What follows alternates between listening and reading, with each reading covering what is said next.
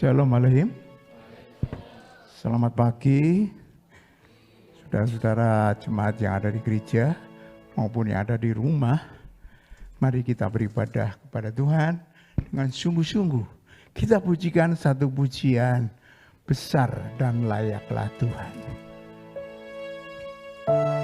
Kita bangkit berdiri.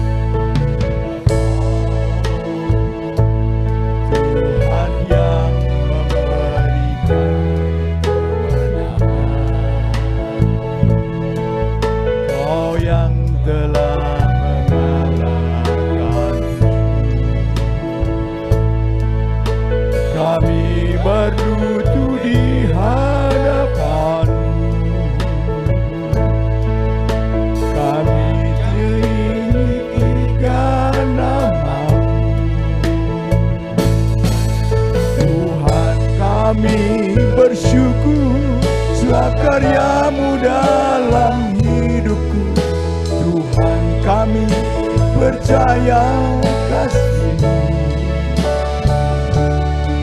sebab hanya Engkau Allahku, penguasa langit dan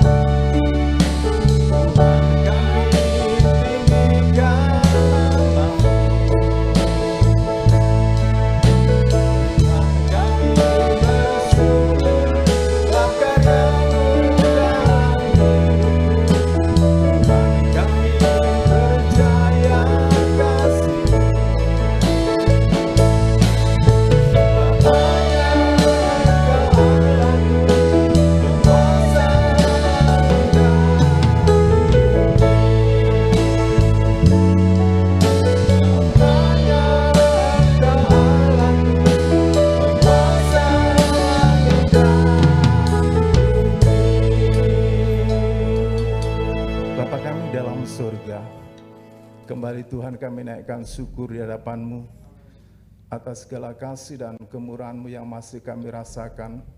Bahkan sepanjang hari malam yang kami lewati, Engkau menjaga, melindungi, sehingga pada kesempatan yang berbahagia ini Tuhan kami boleh beribadah, memuji, memuliakan nama-Mu. Biarlah apapun yang kami perbuat, Tuhan layakkan sehingga berkenan di hadapan-Mu Bapa. Ampuni segala kelemahan dan kekurangan kami, sehingga ibadah yang kami perbuat berkenan di hadapan-Mu Bapa.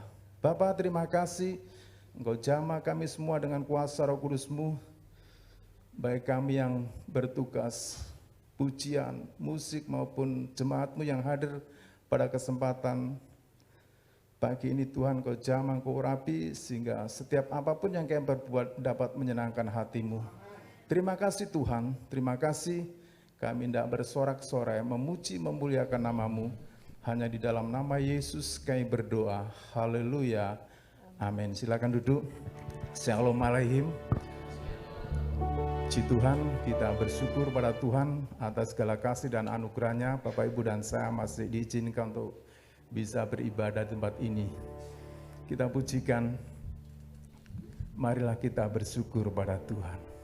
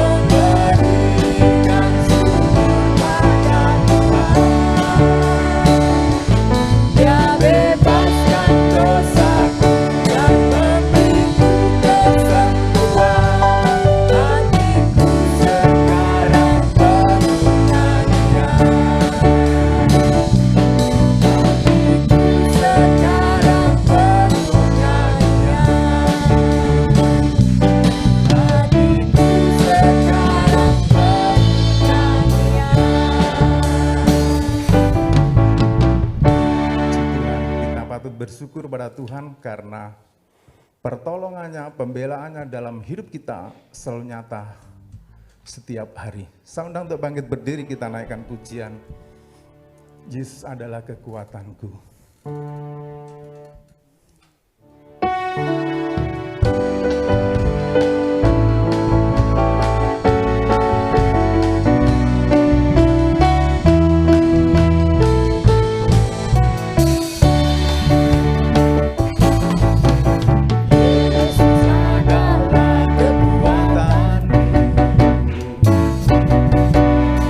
Hanya Dia kota bentengku.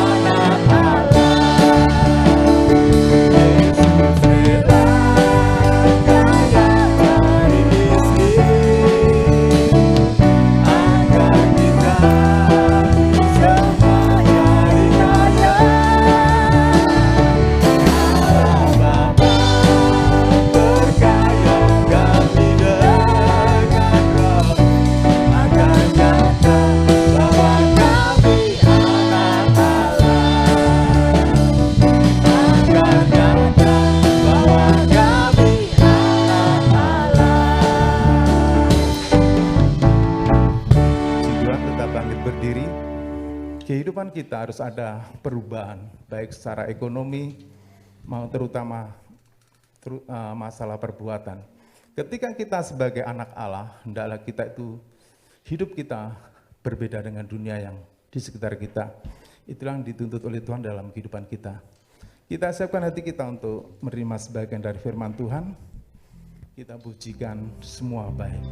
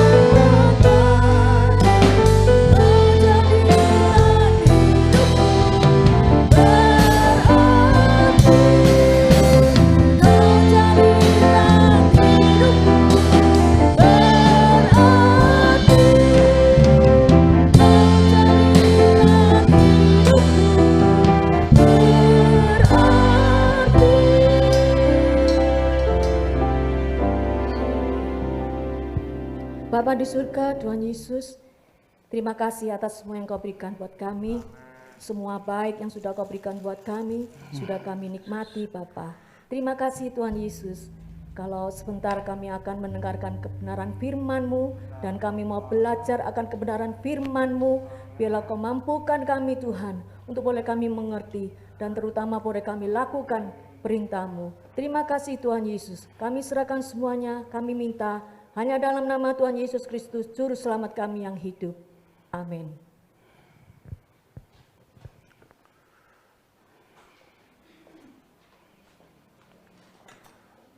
Puji Tuhan, selamat pagi saudara sekalian. Selamat berbakti dalam nama Tuhan Yesus.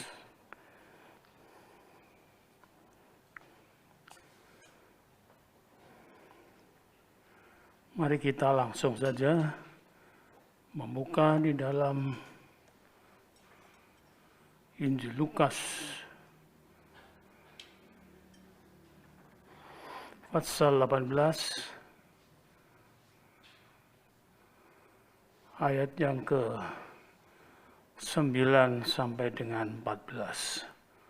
Lukas 18 ayat 9 sampai dengan 14. Kita baca dengan seksama, kita nikmati pembacaan kita, dan kita bersama mengamenkannya. Demikian firman Tuhan. Dan kepada beberapa orang yang menganggap dirinya benar dan memandang rendah semua orang lain, Yesus mengatakan perumpamaan ini. Ada dua orang pergi ke bait Allah untuk berdoa. Yang seorang adalah orang dan yang lain pemungut cukai. Orang Farisi itu berdiri dan berdoa dalam hatinya begini. Ya Allah, aku mengucap syukur kepadamu karena aku tidak sama seperti semua orang lain. Bukan perampok, bukan orang lalim, bukan pezina, dan bukan juga seperti pemungut cukai ini. Aku berpuasa 2 kali seminggu. Aku memberikan 1/10 dari segala penghasilanku. Tetapi pemungut cukai itu berdiri jauh-jauh, bahkan ia tidak berani menengadah ke langit, melainkan ia memukul diri dan berkata, Ya Allah, kasihanilah aku orang berdosa ini. Aku berkata kepadamu, orang ini pulang ke rumahnya sebagai orang yang dibenarkan Allah dan orang lain itu tidak. Sebab barang siapa meninggikan diri, ia akan direndahkan, dan barang siapa merendahkan diri, ia akan ditinggikan. Berbahagialah aku jikalau aku mendengarkan firman Allah dan melakukannya. Amin. Silakan duduk. Bapak Ibu sekalian, pada pagi ini kita akan belajar melihat keberadaan orang yang sombong dan orang yang rendah hati. Maka itu tema firman Tuhan, jauhkanlah kesombongan dari kita. Ini perlu karena kesombongan itu sulit dideteksi.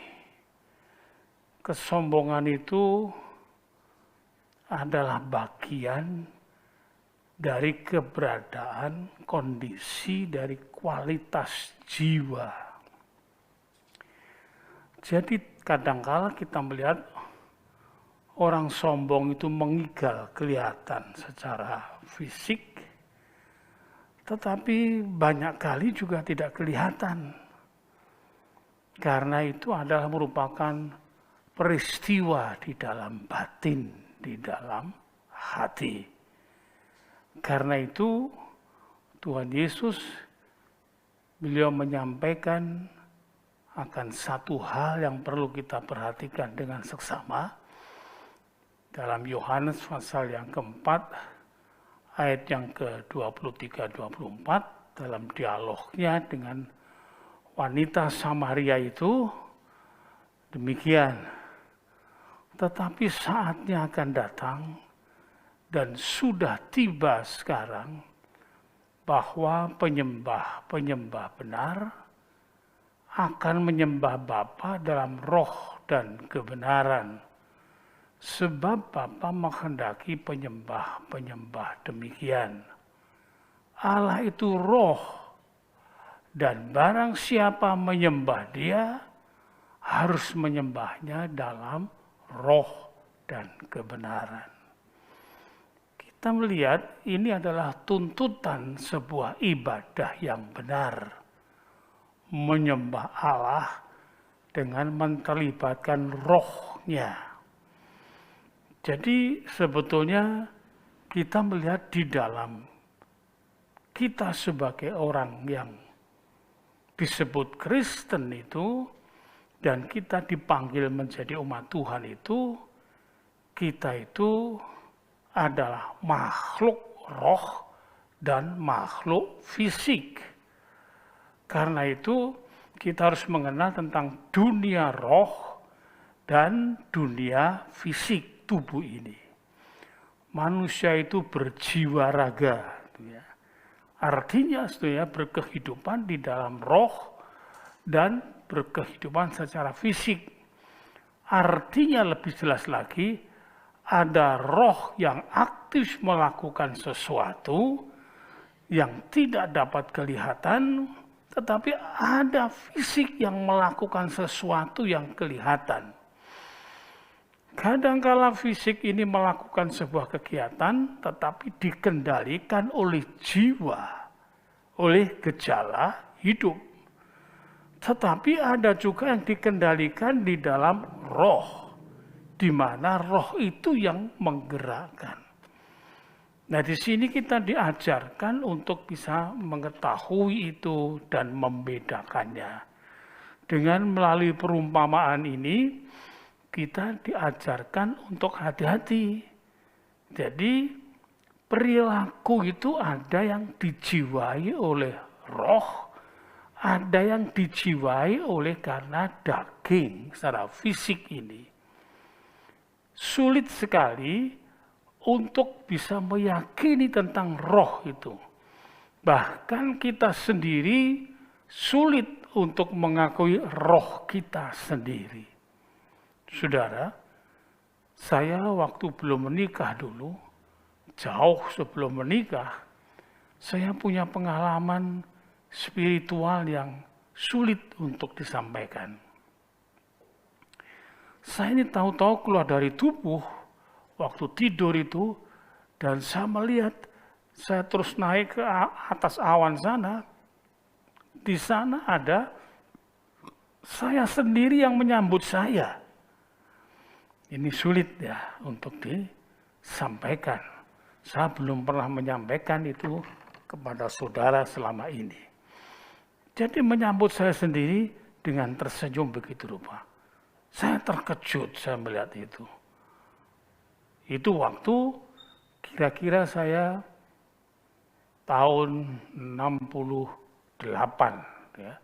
67 saya masuk, 68 mulai saya melihat beberapa penglihatan seperti itu. Kemudian setelah itu lenyap, tidak lagi saya melihat, tidak pernah lagi ada pengalaman seperti itu. Tetapi saya mulai berpikir ada diri saya yang kemudian saya gandengkan dengan pengalaman saya waktu saya bertobat ini. Saya mencoba pertama kali saya untuk berdoa, saya coba, tahu-tahu saya keluar dari tubuh itu sendiri. Bukan disengajakan.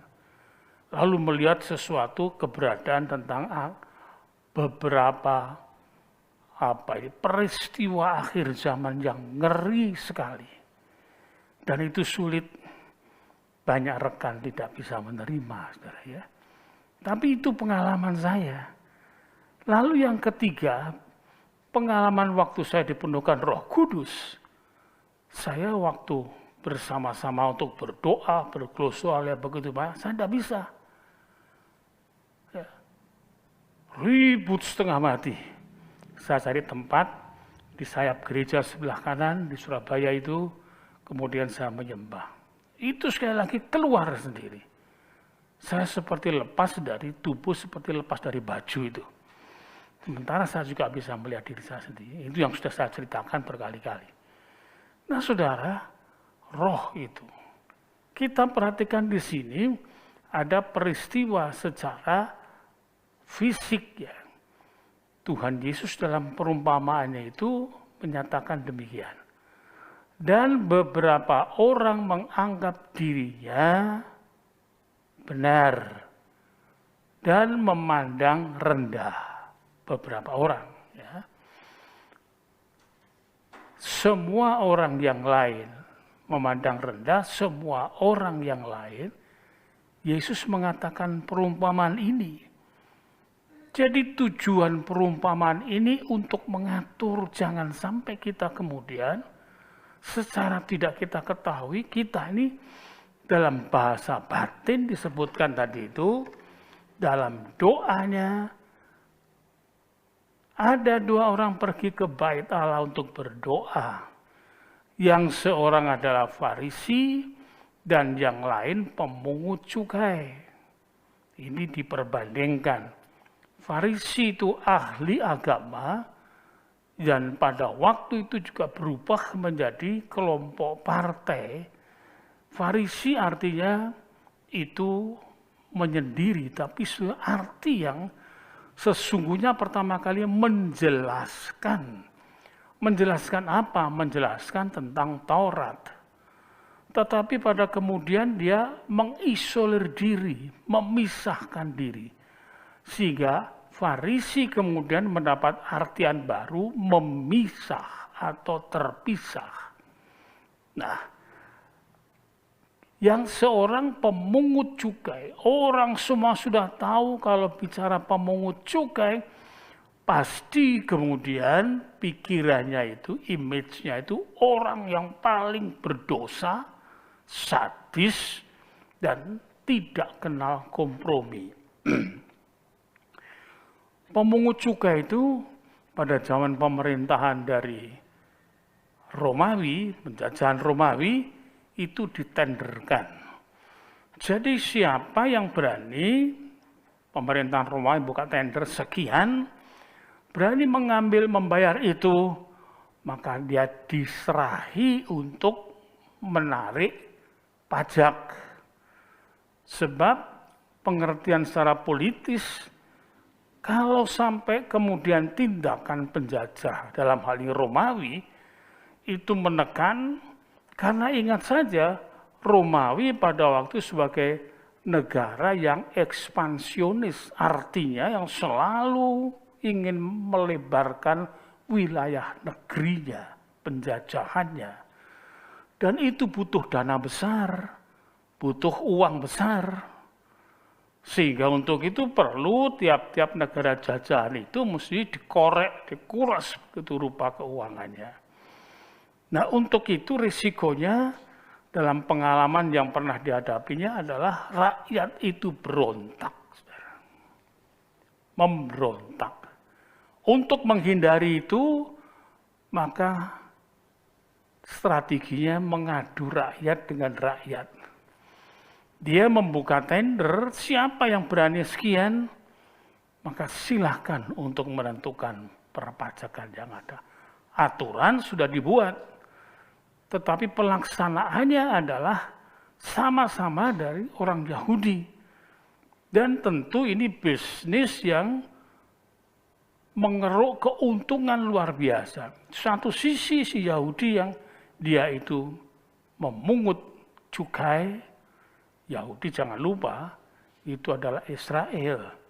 Tapi setelah kita baca di dalam kitab Rut, maka ada perpindahan istilah. Dulu Israel, kemudian beralih jadi Yahudi. Nah saudara, kalau ini yang memeras adalah Yahudi, maka Romawi itu berada di belakangnya terkamuflase. Nah ini bisa mengurangi risiko benturan dengan rakyat menjajah. Dan dari si Yahudi yang ada, ini mendatangkan keuntungan yang besar. Tatkala dia menarik itu, maka mau tidak mau masyarakat Yahudi yang ditarik itu, dia mesti membayar karena takut kepada sistem penjajahan Romawi. Tetapi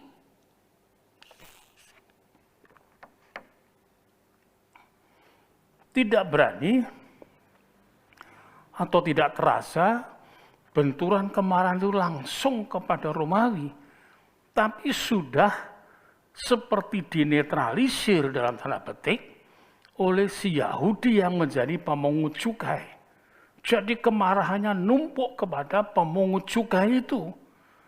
Sehingga pemungut cukai itu mendapatkan gelar yang tidak sah sebagai orang berdosa. Di mana-mana ada pemungut cukai, orang bencinya sudah luar biasa. Dan kita melihat tidak semua orang pemungut cukai itu sebetulnya melakukan tindakan yang keras seperti itu. Atau dalam hatinya, batinnya jahat. Nanti kalau kita lihat Zakius, dia adalah kepala pemungut cukai itu kaya raya yang sangat luar biasa. Hatinya itu sebetulnya rindu akan sebuah kedamaian yang bukan berasal dari keinginan realisasi politiknya. Sebab tidak mungkin hal itu terjadi. Yang diharapkan perdamaian, kesejukan di dalam batin. Karena itu Zakius cepat bisa bertobat. Nah, ada 3 yang mudah sekali pertobatannya. Nikodemus, seorang tokoh besar, ahli pikir, dia kita katakan teolog dari orang Farisi, anggota Majelis Sanhedrin. Tetapi begitu berbicara dengan Tuhan Yesus dan ditegur oleh Tuhan Yesus, engkau guru Israel, kenapa kau tidak bisa menangkap hal itu? Pengajaran itu, engkau pengajar, tapi tidak bisa menangkap apa yang kuajar, gitu kasarnya, ya. Tetapi sekeras itu karena kedudukannya begitu tinggi, Nikodemus sudah tua, sedangkan Yesus adalah orang muda, 30-an tahun lebih usianya, tapi dia mau untuk bisa belajar kepada Yesus. Untuk bisa menetralisir situasi, dia ngambil waktu tengah malam. Tapi toh dia akhirnya bertobat waktu Yesus mengalami siksaan yang menurut tradisi sebelum kemudian diproses tidak boleh disiksa. Dan tatkala Yesus wafat, Yesus mengalami kematian, ia pun juga yang meramu itu semuanya. Begitu rupa berani itu sudah pertaruhan yang sudah hebat luar biasa terhadap jabatan, kedudukan, keluarga, dan lain sebagainya.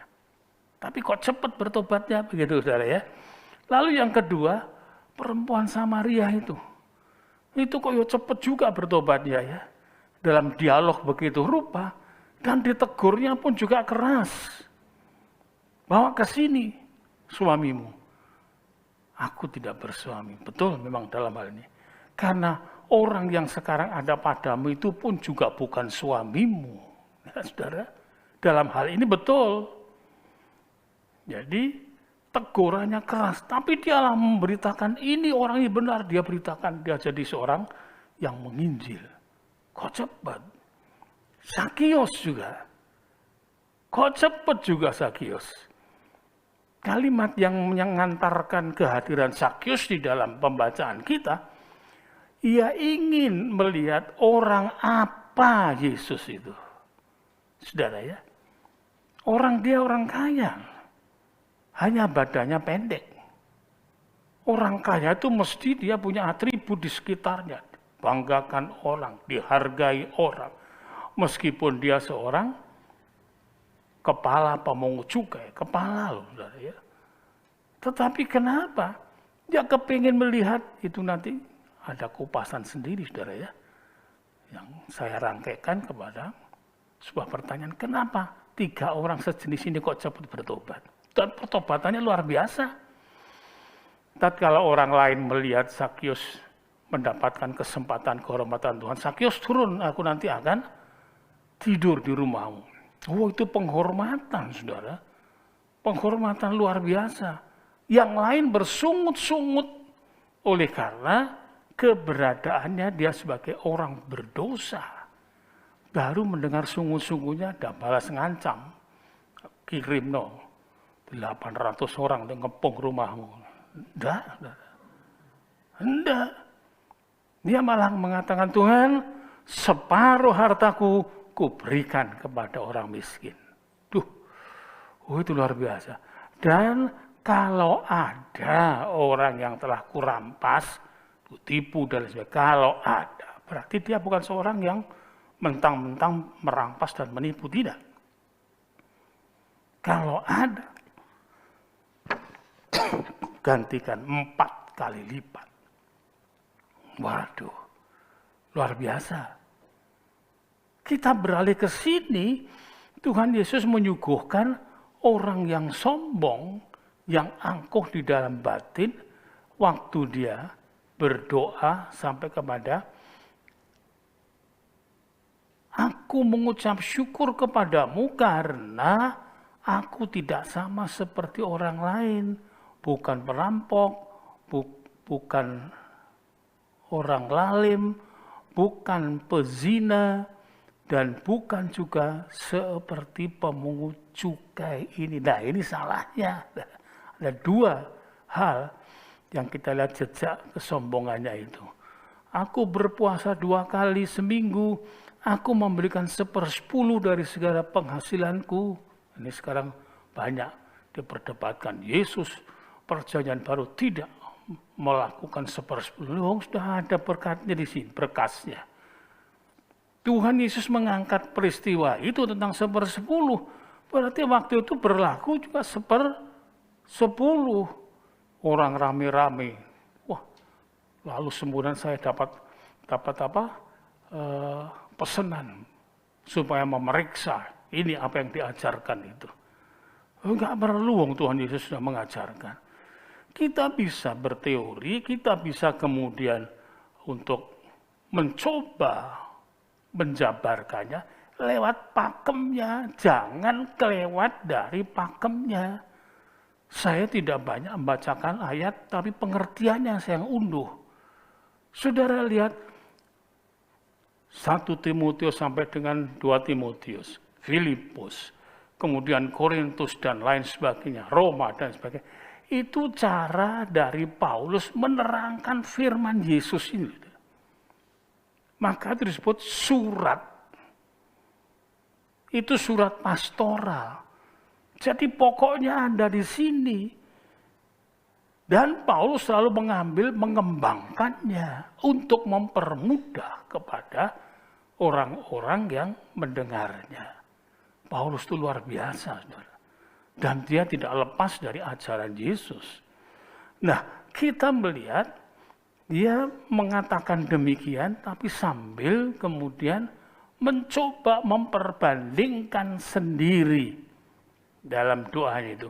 Aku mengucap syukur kepadamu karena aku tidak sama seperti orang lain. Disebutkan begitu rupa, lalu menunjuk kepada, dan bukan juga seperti pemungut cukai. Disinilah kita melihat sebuah doa yang penuh dengan keangkuhan, perasaan. Dia di dalam batinnya, hati-hatilah di dalam bahasa batin kita. Kita melakukan segala sesuatu, perbuatan sesuatu, sampai termasuk mengampuni itu semua. Mengampuni itu bukan berarti mengenakan orang lain, bukan berarti kita menaruh jasa kepada orang itu. Sejahat apapun logisnya kejahatan itu patut disumpah serapai. Tatkala kita mengampuni, kita bukan berbuat baik kepada orang itu. Tetapi sebetulnya harusnya kita tengah beribadah di hadapan Tuhan. Ibadah atau abodah itu menyembah semua kepada Tuhan. Lalu kemudian kita melihat yang memberkati, yang menilai hanya Tuhan. Tidak ada hubungan dengan manusianya itu. Kita sering sakit hati karena ada pertimbangan-pertimbangan emosional di dalam harga diri kita. Sedikit sekalipun persentase yang ada di dalam diri, maka tetap itu menyalahkan seluruhnya, bukan berarti punya nilai ibadah. Tujuan kita itu menghormati Tuhan. Saya ingin menekankan satu ayat saja, yaitu di dalam Zabur pasal 2 ayat yang ke-11. Mazmur 2 ayat 11.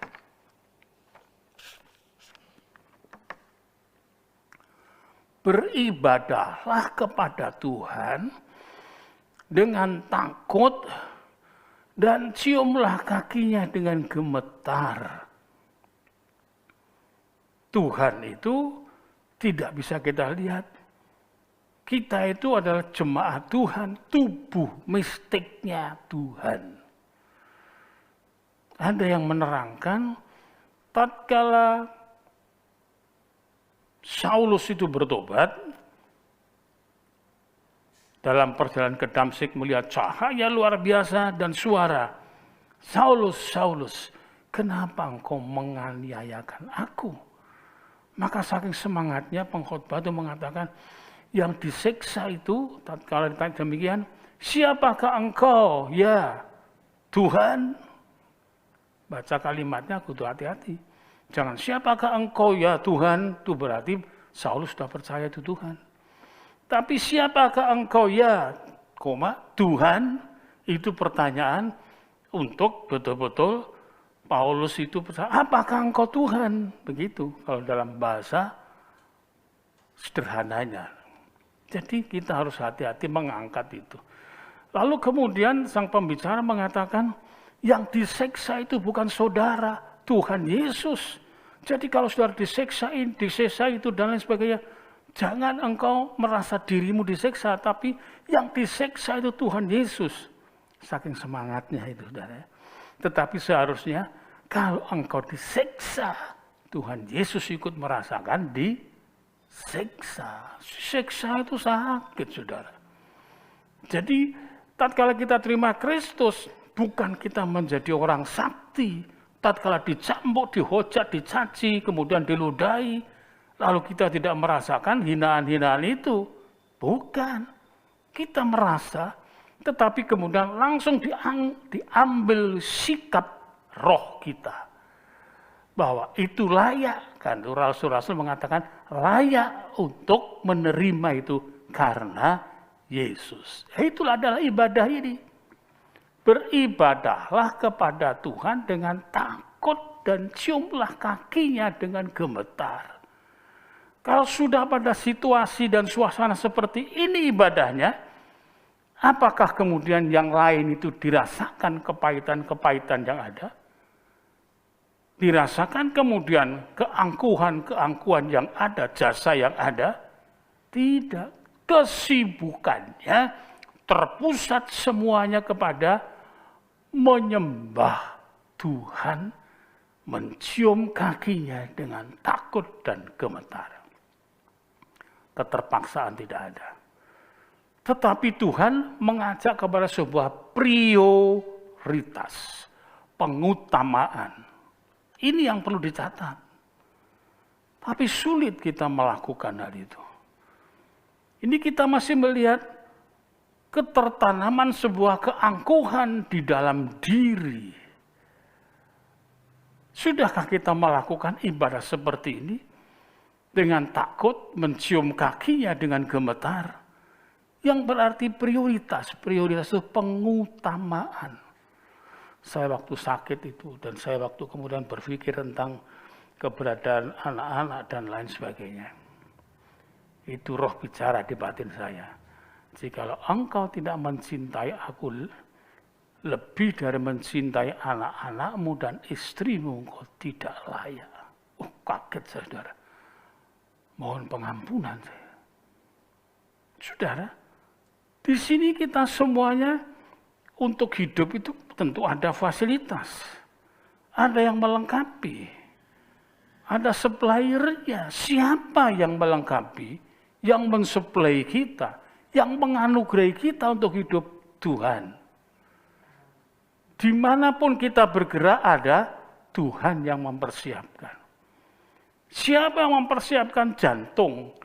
Yang tiap waktu begitu kita lahir, lalu detak jantung mulai berjalan, sampai sekarang berjalan terus. Siapa yang memberikan organ seperti itu dalam mekanismenya? Tuhan. Siapa yang memberikan rasa? Lidah yang cuma tidak ada, apa itu? Tidak ada tulangnya. Tapi bisa merasakan semua. Aduh, siapa yang memberi? Bisa untuk bicara. R bisa, L bisa. Semuanya dari lidah. Coba tidak ada lidah. Bisa kan? Tidak bisa. Sulit, saudara, untuk berbicara. Gagu. Siapa yang memberi? Tuhan. Tatkala Tuhan berbicara, sehelai rambut dijaganya, bukan berarti Tuhan menjaga rambutnya tidak boleh rontok, saudara. Rambut kita juga rontok. Saya mulai rontok juga di tengah-tengah di sini.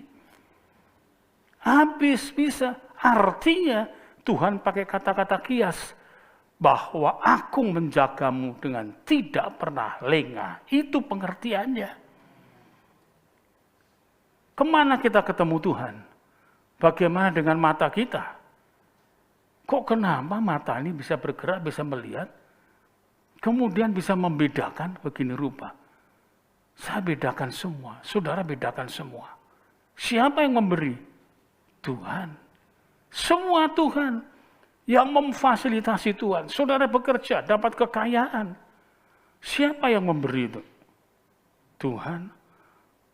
Mau dapat emas berkilo-kilo, siapa yang menciptakan bumi ada kandungan emasnya? Tuhan. Siapa kemudian yang menghadirkan emas itu kepada kita semuanya? Tuhan. Deretan manusia yang mengerjakan, menggali, mengolah, mencetak, kemudian menjualnya. Pabriknya yang menjualnya, stempel mereknya, standar harganya, dan semuanya. Melewati prosesnya, melewati puluhan, bahkan ratusan orang, baru sampai kepada kita jadi anting-anting. Ya tak? Kalau goyang-goyang gini, waduh, rasa meili. Cincin, dari cincin. Ya tahu saudara kita yang satu itu. Saudara-saudara. Tahu kan? 3 miliar lebih itu katanya, 32 miliar. Luar biasa. Sambil mengatakan, aku ini orang kaya raya. Sudah tidak butuh lagi panggung. Semua panggung sudah kukuasai. Tidak butuh lagi pujian. Saya sampai aduh Tuhan. Kasih. Kebanggaan siapa? Dari siapa? Tuhan. Saudara, semuanya dari Tuhan. Kenapa prioritasnya bukan Tuhan? Siapa yang memberi kita umur? Tuhan. Saya di antara saudara mungkin paling bisa merasakan umur itu dari Tuhan. Karena pernah mau mati berapa kali. Bahkan makhluk itu sudah datang begitu rupa mengatakan engkau siap mati. Dan kematian mulai berjalan dari kaki naik ke atas. Saya paling merasakan berkali-kali itu sudah. Saya sudah ngomong dengan Ibu Gembala, tidak kuat aku. Ya. Ibu Gembala mengatakan, jangan, harus kuat, harus tahan, kuat. Napas itu sudah, betul-betul sudah cuma sebatas leher, tidak bisa narik. Tapi kembali kemudian. Sampai sekarang. Saya tahu, dididik Tuhan. Semua peristiwa yang ada pada kita itu didikan. Supaya ini penyakit yang betul-betul bersembunyi. Paling licin di dalam hidup kita itu penyakit sombong itu.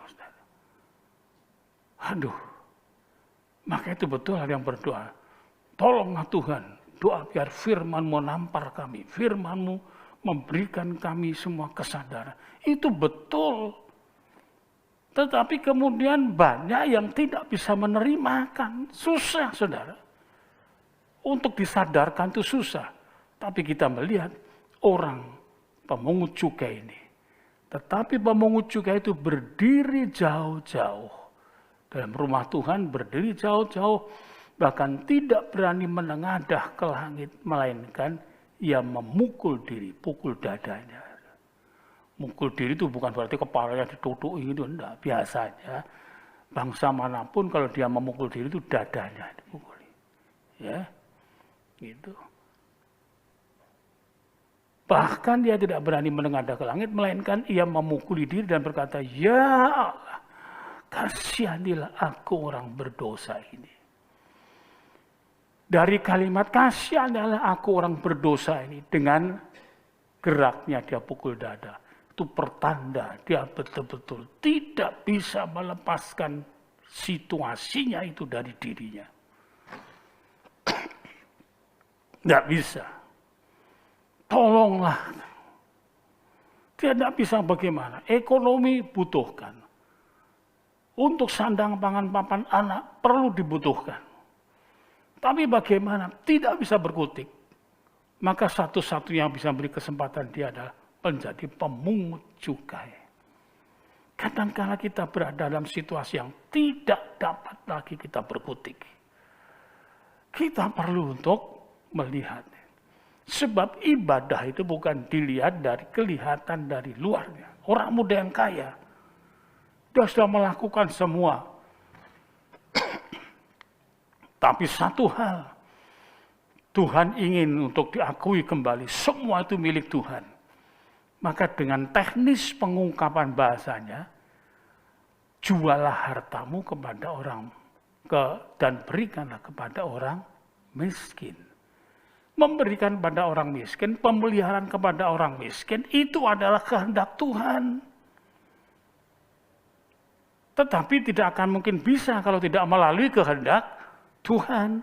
Jadi prosesnya Tuhan ingin supaya prioritas dari Tuhan. Tuhan tidak langsung mengatakan, "Mari, mana kepadaku? Aku akan memberikan kepada orang miskin." Tidak. Tetapi dia diberi kesempatan orang muda yang kaya itu untuk berperilaku langsung kepada dia. Tetapi itu atas perintah dari Tuhan. Jadi prioritas. Kalau digambarkan skemanya, seluruh hartanya itu, hak kepemilikannya diberikan kepada Tuhan. Tapi Tuhan tidak mau pakai uang, tidak mau pakai emas, intan, berlian, tidak. Semua dia yang punya. Jadi haknya yang dikembalikan kepada Tuhan, Tuhan merintahkan untuk diberikan itu. Seringkali kita menganggap bahwa persembahan-persembahan yang ada, apalagi sekarang dekat Natal, itu adalah untuk kepentingan dari kehidupan orang lain. Merampas Tuhan, aku kerja, aku berusaha, aku berstrategi. Aku mengupayakan sebuah keberadaan untuk memberikan kesempatan aku kaya, sukses. Memang yang kelihatan itu. Dan kita melihat sebetulnya itu ada perhitungan. Karena yang kelihatan kita sehari-hari itu tenaga kita, pikiran kita, upaya kita. Lalu kemudian caci maki yang kita terima kita. Kenakalan orang lain yang kita terima adalah kita. Dan lain sebagainya, Tuhan tidak kelihatan di situ. Tapi coba kalau tiap hari kita baca kitab, kita renungkan betul-betul, kita betul-betul tersungkur, menangis di hadapan Tuhan. Saya selalu mengatakan, ini bukan ekstrim, tapi sungguh-sungguh. Kalau mensyukuri itu dengan sungguh-sungguh, pasti air mata itu jatuh. Itu sebuah penghayatan di dalam yang kena. Sebelum itu, jangan kau berani mengatakan, aku cinta Tuhan, aku bersyukur kepada Tuhan. Bersyukurlah dengan tersungkur. Bukan tangisan buatan, tetapi tangisan itu keluar sendiri. Saya selalu merasakan itu, Tuhan. Saya melihat Tempo dulu. Masuk Lamongan pertama kali. Saya urutkan semua. Kalau semua bukan Tuhan, tidak bisa. Saya berkata kepada satu bapak, orang Katolik, tatkala saya sudah sembuh, saya bisa bersuara, saya sampaikan. Beliau mengatakan, Pak Daniel kalau sudah sehat, pasti saya akan ajak makan ini, itu, dan lain sebagainya. Betul Pak, saya percaya hal itu. Kita patut bersyukur. Saya ceritakan kemudian bahwa apa yang kita hadapi, kita makan di rumah makan, kita bayar dengan duit.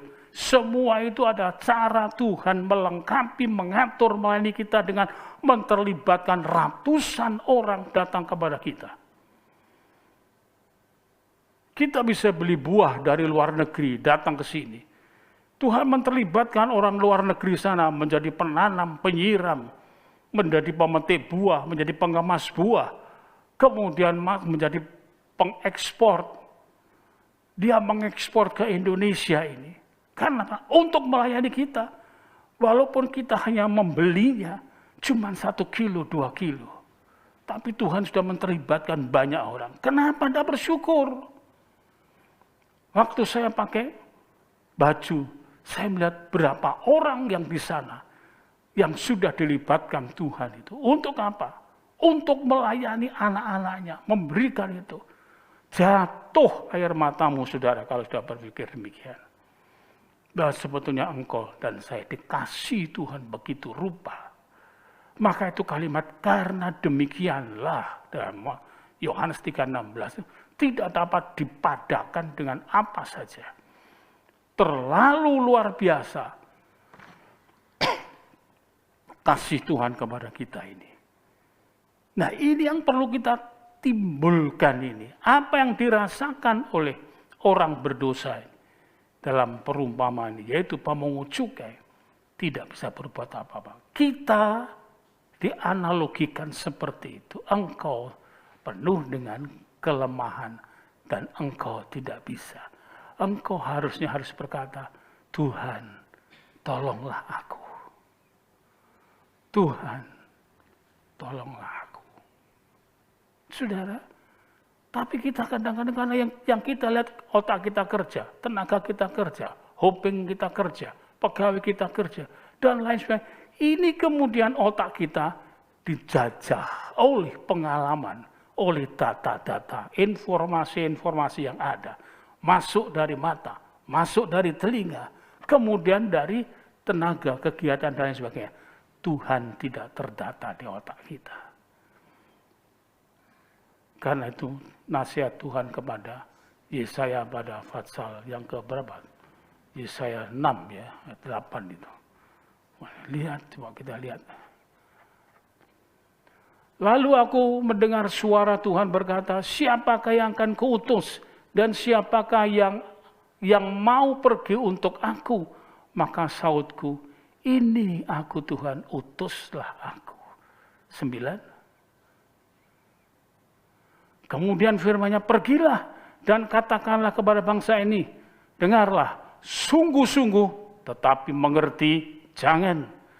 Lihatlah sungguh-sungguh tetapi menanggap jangan. Terus, buatlah hati bangsa ini keras dan buatlah telinganya berat mendengar dan buatlah matanya melekat tertutup supaya jangan mereka melihat dengan matanya dan mendengar dengan telinganya dan mengerti dengan hatinya lalu berbalik dan menjadi sembuh. Ya. Kemudian aku bertanya, sampai berapa lama ya Tuhan? Pertanyaan logis, wajar. Lalu jawabnya, sampai kota-kota telah lengang, sunyi, sepi. Tidak ada lagi yang mendiami dan di rumah-rumah tidak ada lagi manusia. Dan tanah menjadi sunyi dan sepi ya. Dan jika di situ masih tinggal 1/10 dari mereka harus sekali lagi ditimpa kebinasaan. Namun keadaannya akan seperti pohon beringin dan pohon jayu-jayu yang tunggulnya tinggal berdiri pada waktu ditebang. Dan dari tunggul itulah akan keluar tunas yang kudus. Waduh, saya mau melayani. Tapi pelayan-pelayan sekarang tidak. Mau masuk di teologi ya, sekolah-sekolah Alkitab. Hanya untuk mencari keuntungan diri. Maka itu yang praktek di sini saya beritahukan ya. Jangan keliru. Kita bukan cari kerja di sini. Saya bukan cari kerja, bukan cari nafkah di sini. Tapi saya mencari hadirat Tuhan, mengabdi, melayani Tuhan. Kalau saya ceritakan pengalaman saya, banyak orang tidak percaya. Saya dapat kain 4, saya ceritakan kepada saudara itu, lalu suara itu datang begini-begitu, nonsens lah. Itu mungkin halusinasi. Lalu saya katakan, tatkala saya tidak mau menyampaikan 1/10, karena dididik oleh guru saya dengan secara salah. Biar gereja lain aja yang mengajarkan dia khotbah di gerejamu. Jangan kamu nanti kemudian akan disebut mata duitan. Saya tidak melakukan. Sementara duduk, lalu suara itu datang. Ajarkan 1/10 kali itu sumber berkat bagi umatku. Tidak perlu saya mendengarkan pengajaran yang lain. Saya diajar oleh suara itu. Siapakah berani mengatakan suara itu adalah kuasa roh kegelapan? Saudara, saya meyakini itu. Di dalam Alkitab pun sudah diberitahukan itu. Lalu tatkala saya ingin naik sepeda untuk pergi ke Windu, waktu itu desa Ngipik namanya, pakai sepeda itu, suara mengatakan, layani dengan apa yang ada padamu. Saudara sekalian, siapa yang mendidik itu? Nonsens. Sekarang malah masuk teologi, ya, belum rambutnya sih dipersiapkan. Rambutnya dipersiapkan, pakaiannya, gayanya gaya sekarang Tuhan. Sama saja itu dengan menambahi orang-orang yang tidak layak di hadapan Tuhan.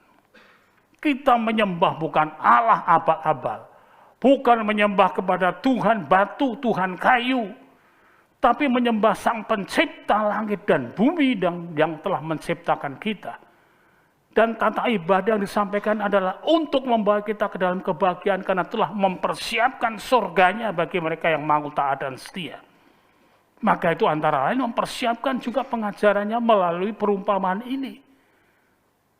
Orang yang kaya ini, orang Farisi ini, yang tahu tentang masalah berbagai Taurat, hal-hal yang bersifat teologis, tapi ternyata penyembahannya luar saja. Aku tidak seperti orang ini.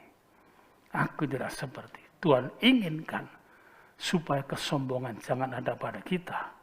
Maka itu jangan pernah kita merasakan berjasa kepada sesuatu supaya kita tidak sakit hati. Kita bisa sakit hati menolong si A, menolong si B, menolong si C dan sebagainya. Sakit hati. Kenapa? Karena tidak sesuai dengan yang kita kehendaki. Bukan kehendak Tuhan.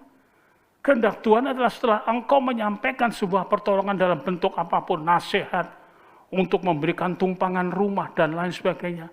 Kemudian engkau juga memberikan tumpangan, diambil barang-barangmu. Bersyukurlah kepada Tuhan, sebuah didikan baru. 2 kali, saudara. Tuhan sudah perintahkan, hati-hati, tamu itu saya berikan tumpangan. Saya sudah bicara pada ibu saya. Waktu ada peristiwa gedung Pring. Jangan kasihkan apa-apa, masukkan semua ke lemari.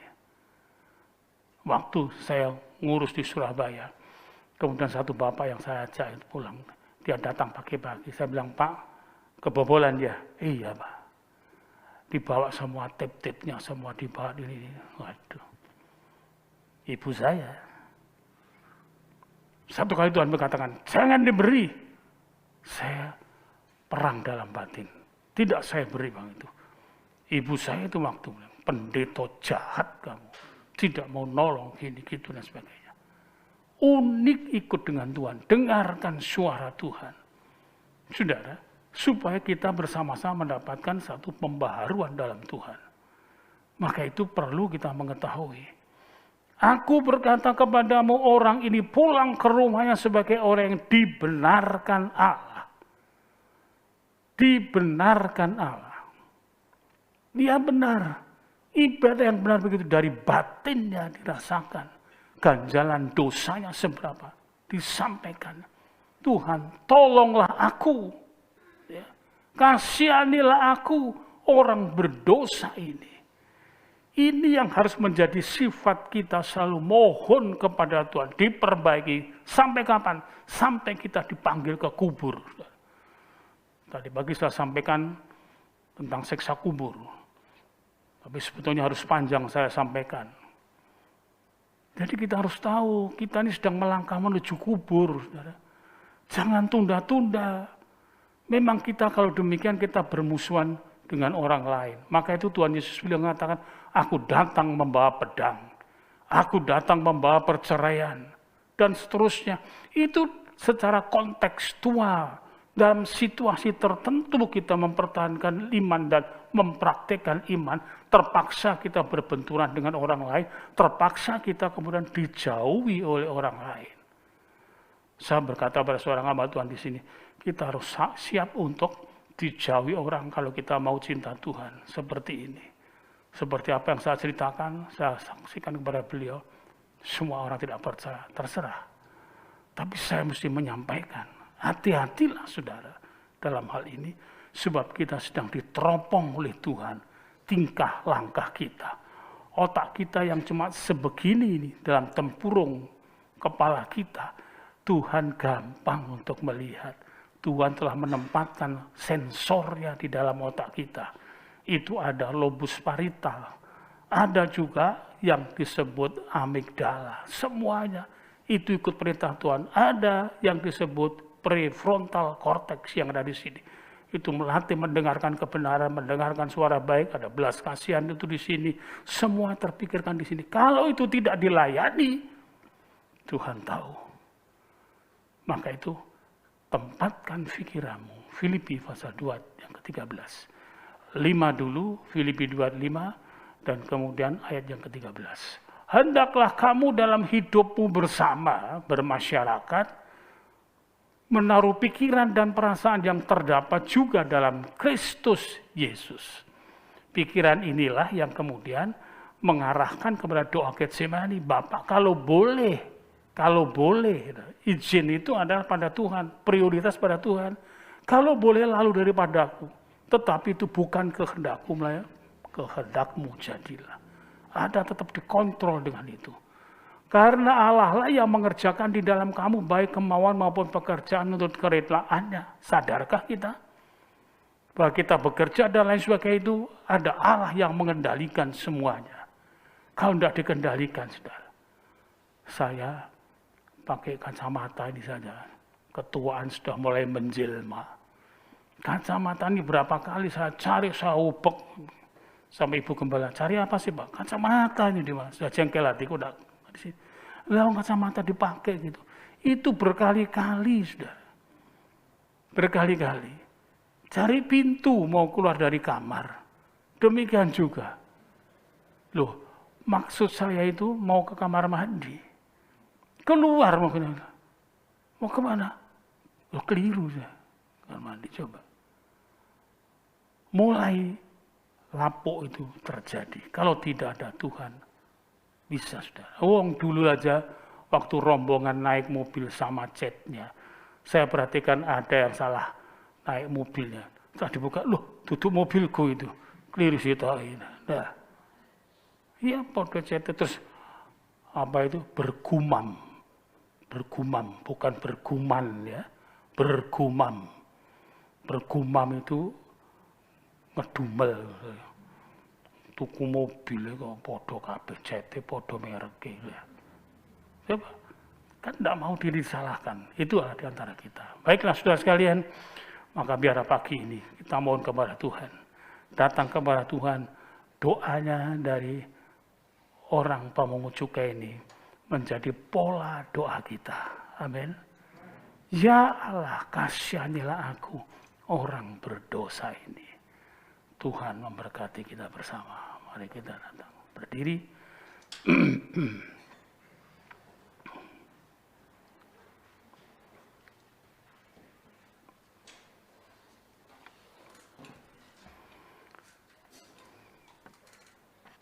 Kita naikkan pujian.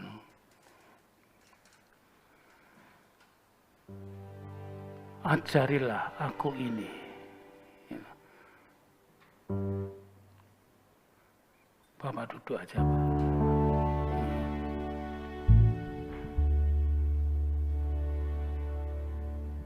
Ajarilah kami ini. Iya, ya. Kurang tinggi.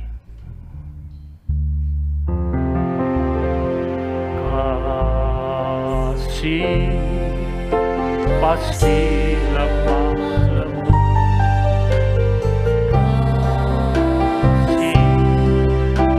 Pasti memaafkan. Kasih pasti murah hati. Kasih-Mu Tuhan, amin. Ajarilah kami ini saling mengasihi. Ajarilah kami ini saling mengampuni. Ajarilah kami ini kasih-Mu ya Tuhan. Kasih-Mu kudus tiada batasnya. Amin.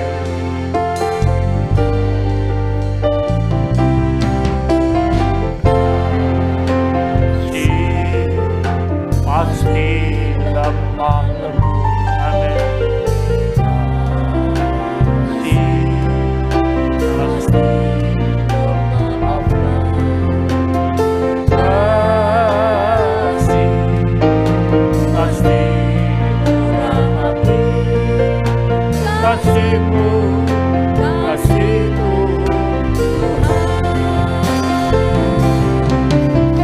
ajarilah kami ini saling mengasihi. Ajarilah kami ini saling mengampuni.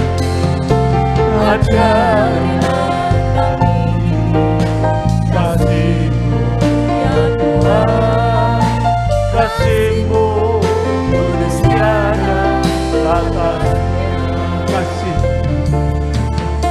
Kasih-Mu kudus tiada batasnya. Kita datang kepada Tuhan. Haleluya. Haleluya. Kami bersyukur. Kasih-Mu yang memberikan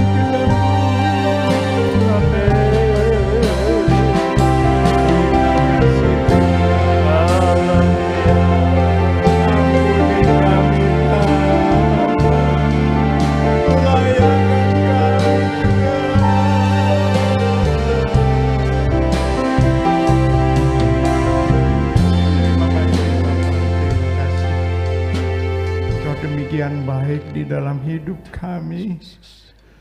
Engkau selalu memberikan satu didikan, memberikan teguran kepada kami, sehingga kadang-kadang kami berpikir selalu menyamakan dengan orang lain bahwa diri kami lebih dari mereka. Ampuni Bapa, ampuni bahwa semuanya itu adalah dari Engkau. Kami adalah lemah di hadapan. Ampuni sekali lagi Bapak. Ya Yesus. Ampuni segala susah kami. Layakkan kami Bapa supaya berkenan di hadapan Tuhan. Yesus. Terima kasih melalui kebenaran firman-Mu pada pagi hari ini. Yesus. Engkau menyempurnakan kehidupan kami. Biar kami belajar seperti pemungut cukai Tuhan dengan kerendahan hati. Mohon ampun kepadamu Bapa. Ampuni Tuhan. Kami sering mengandalkan bahwa Kamu mampu segalanya karena kekuatan kami. Ternyata kami ini adalah lemah di hadapan Tuhan. Yesus, haleluya. Sekali lagi ampuni Bapa. Yesus. Engkau sangat baik. Engkau demikian baik Bapa. Sehingga pada pagi hari ini Engkau memperingatkan kami bersama. Biar kami semakin dekat kepadamu. Amin. Ampuni sekali lagi Bapa segala dosa dan kesalahan kami. Ya, Yesus. Biar kami berdoa merendahkan hati kami. tidak meninggikan diri kami, Ya, Tuhan. tapi berdoa untuk orang lain, juga untuk keselamatan saudara-saudara kita yang lain. Biar ini yang kami lakukan di dalam kehidupan kami, di dalam setiap kami berdoa di hadapan Tuhan. Terima kasih Bapa atas kebenaran firman-Mu. Kiranya firman-Mu biar menjadi rema di dalam hidup kami. Dan kami lakukan di dalam kehidupan kami. Sehingga berkenan di hadapan Tuhan. Amin. Dan berkenan di hadapan sesama kami. Benar. Terima kasih Bapak, terima kasih. Semuanya kami serahkan ke dalam tangan Tuhan. Kami juga berdoa Tuhan untuk pemerintah kami, negara Republik Indonesia yang kami cintai. Yang dalam kondisi politik agak kacau Tuhan. Kiranya Tuhan Engkau campur tangan. Karena Engkau Allah yang berkuasa. Amin. Allah yang mampu mengubah segalanya Tuhan. Amin. Karena itu kami serahkan ke dalam tangan Tuhan. Terlebih pada tanggal 9 Desember ada pilkada, kami serahkan ke dalam Tuhan. Amin. Jangan Amin. sampai terjadi adanya chaos atau kerusuhan di mana-mana. Biar menjadikan satu kedamaian, menjadi contoh bagi bangsa-bangsa yang lain. Kuasai pemimpin-pemimpin kami yang ada Tuhan, biar dengan bijaksana dalam mengambil keputusan sesuai dengan hukum yang sudah Tuhan berikan kepada kami semuanya. Terima kasih Bapak, terima kasih. Semuanya kami serahkan ke dalam tangan Tuhan. Amin. Biarlah kehendak Bapa saja yang terjadi dalam Benar, setiap Tuhan. doa dan kerinduan kami. Terima kasih Bapa, terima kasih. Yesus, Segala puji, hormat, syukur, dan kemuliaan hanya bagi-Mu Tuhan. Dalam nama Tuhan Yesus Kristus kami berdoa. Haleluya. Segala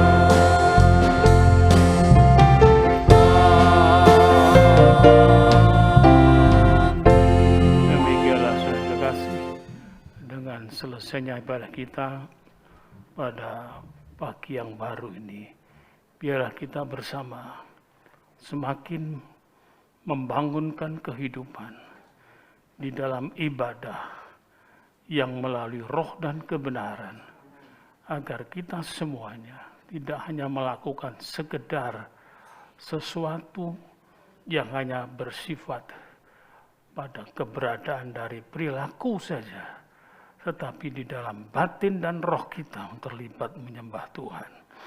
Kemudian pulanglah dan terimalah anugerah Bapa dari sorga, kasih sayang, rahmat, damai, sejahtera dalam Kristus Yesus Tuhan kita, sehingga sampai kita masuk ke dalam pesta nikah anak domba Allah sebagai mempelai-mempelai Tuhan yang diberkati dalam nama Tuhan Yesus. Haleluya. Amin.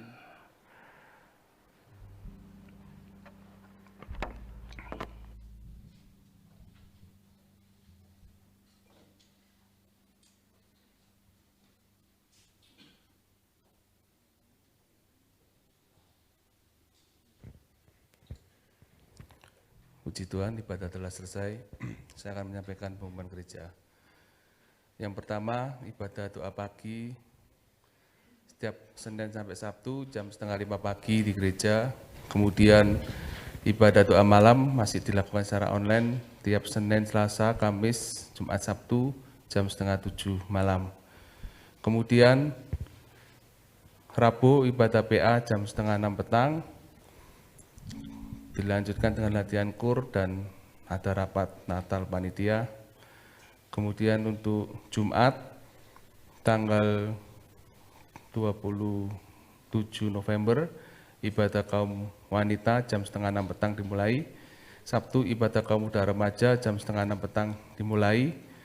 Kemudian minggu depan ibadah seperti biasa sebanyak 3 kali, jam 6 pagi ibadah yang pertama, ibadah yang kedua jam 9 pagi, kemudian ibadah yang ketiga jam 5 sore. Untuk sekolah minggu masih dilakukan secara online tiap minggu jam 4 sore. Kemudian ada tambahan, nanti tanggal 10 Desember 2020 ada ibadah ucapan syukur di keluarga Ibu Arlia di Gumuk jam 10 pagi. Ya.